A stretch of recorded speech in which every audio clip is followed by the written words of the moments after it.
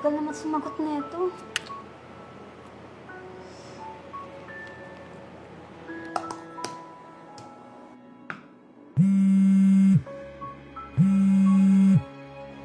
Hello, mahal? Oh, hello mahal. Napatawag ka ata. Okay lang ba umuwi ka muna? Bakit ako uuwi? Nasa trabaho ko, may ginagawa pa ako dito. Yung papa mo kasi, nakita ko, inaamoy yung panty ko. Ano? Si Papa? Bakit naman niya gagawin yun? Mahal, please. Umuwi ka muna. Natatakot ako eh. Baka anong gawin sa akin ng papa mo. Hindi ko alam ba't niya ginawa yun. O sige, sige. Antayin mo ako dyan. Uuwi na ako. Siguraduhin mo lang na totoo yung sinasabi mo, ha?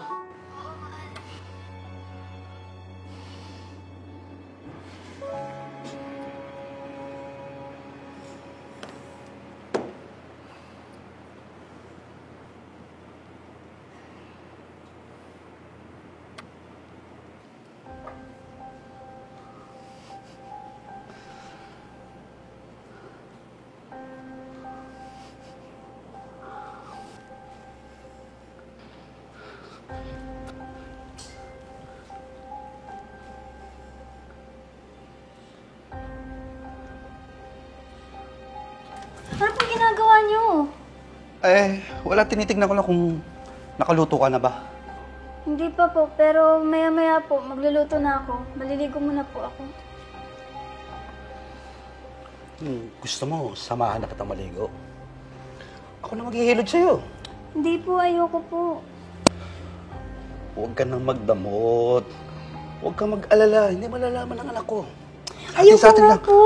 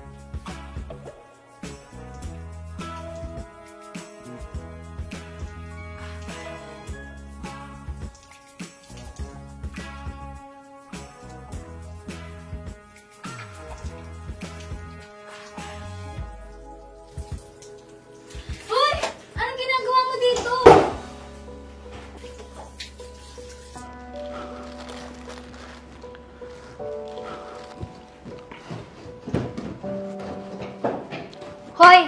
Ano ba ginagawa niyo? Ba't niyo ko sinisilipan? Isusubong kita sa anak mo, bastos. Anong pinagsasabi mo? Gusto ko lang naman umihi eh.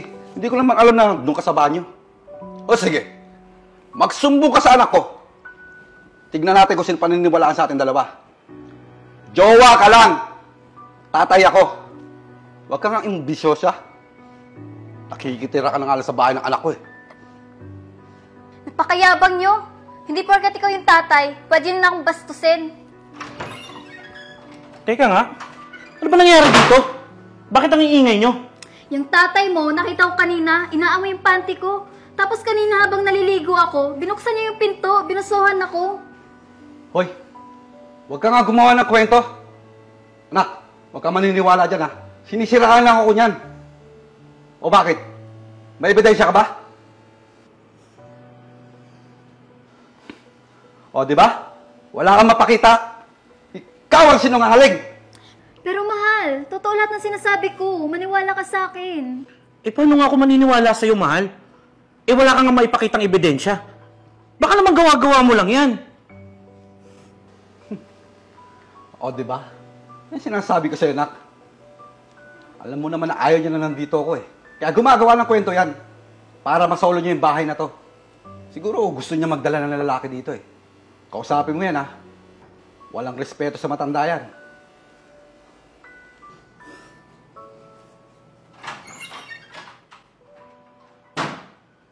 Ano ba nangyari sa'yo, ha?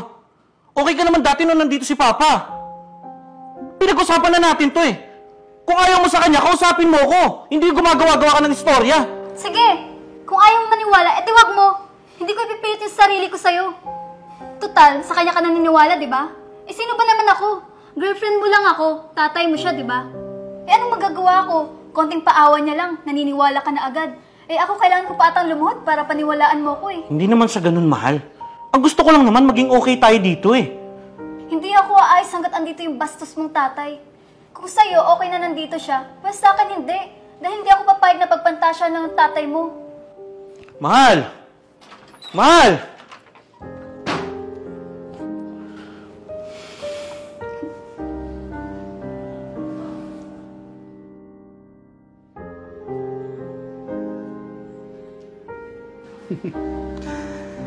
Kala mo, mapapaalis mo ako, ha?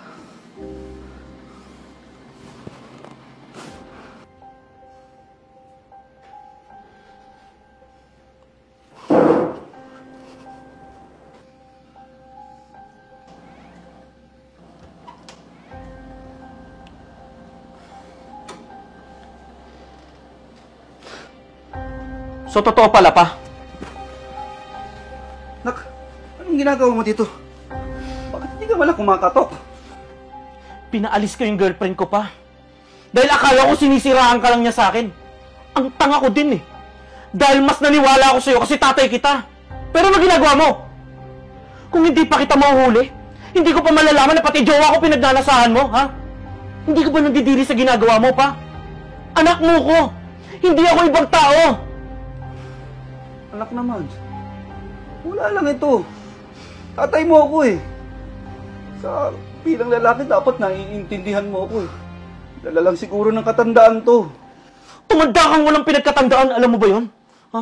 Lalaki ako, pero hindi ako kasintigang mo. Alam mo pa, hindi ko na alam kung paano ako maniniwala pa sa'yo eh. Napakasinungaling mo. Mag-impake ka na. Dahil babalik na kita sa probinsya. Nak, pasensya na. Ayoko dun eh. Pangako, hindi ko na uulitin. Talagang hindi mo na uulitin. Dahil tapos na ako sa'yo.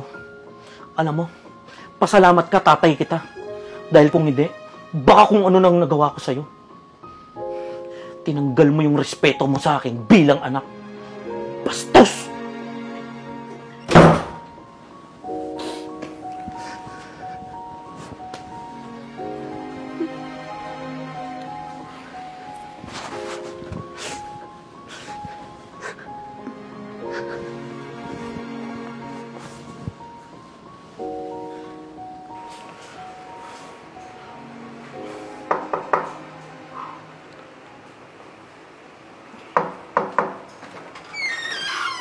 Oh, anong ginagawa mo dito?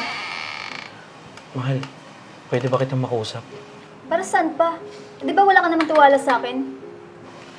Kahit saglit lang, oh. Please.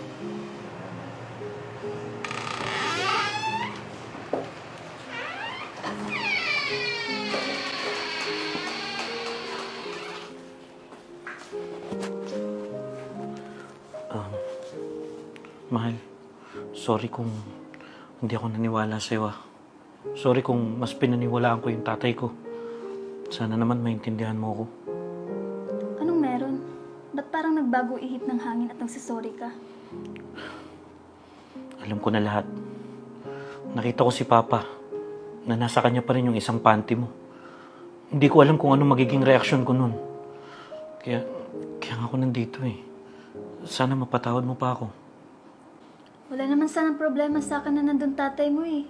Dahil pamilya mo yun, tatay mo yun at mahal kita. Pero yung bastusin niya ako, hindi ko kayang tiisin yun. Oo, mahal. Alam ko. At pinapangako ko sa'yo na magiging okay ako sa'yo. Na maniniwala na ako sa'yo sa mga susunod pa. Sorry. Si tatay, wala na. Pinabalik ko na siyang probinsya. Sana bumalik na tayo sa dati, please. Di ko alam. Masakit pa rin sa akin lahat. Di ko alam. Babawi ako sa'yo. Pangako. Gagawin ko lahat. Umuwi na tayo. Please.